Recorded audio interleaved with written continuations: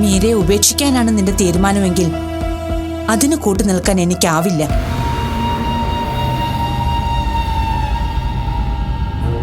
നിങ്ങൾ പിരിയുന്ന അന്ന് ഈ വീട് വിട്ട് ഞാനും ഇറങ്ങും.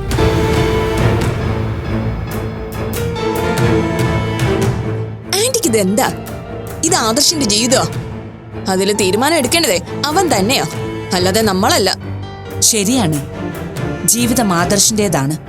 പക്ഷേ ഒരു തെറ്റും ചെയ്യാത്ത നല്ലൊരു പെൺകുട്ടിയെ കാരണമൊന്നുമില്ലാതെ ദ്രോഹിക്കുന്നത് കണ്ടു നിൽക്കാൻ എനിക്ക് ബുദ്ധിമുട്ടാ.